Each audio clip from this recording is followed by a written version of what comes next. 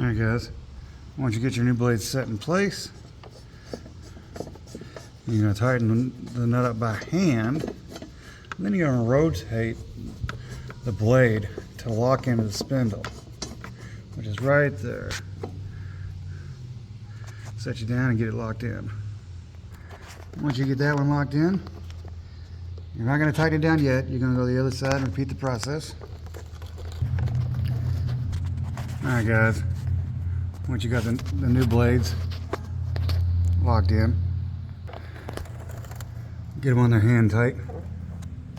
I said make sure you have them flush on the spindle, because they do lock into the spindle. The spindle's molded with like a star shaped washer that it locks into. Get the nut on their hand tight. Do not cross thread them. Make sure your blades are facing the correct way.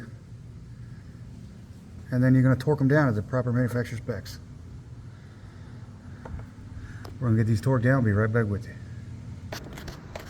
Alright guys, once you got them torqued down, you're good to go. Get your mower back down safely, remove your wheel chock, and get to cutting. I would advise after a couple hours of usage to recheck the nuts. However, if it's a customer's mower, well, obviously you can't recheck it because they're going to pick it up. Just make sure you put it to the proper manufacturer specs. Don't put it on their hand tight. Don't put it on there with a ratchet, a hand ratchet, and just put finger tight or something stupid like that, and potentially cause accidents and someone to get hurt.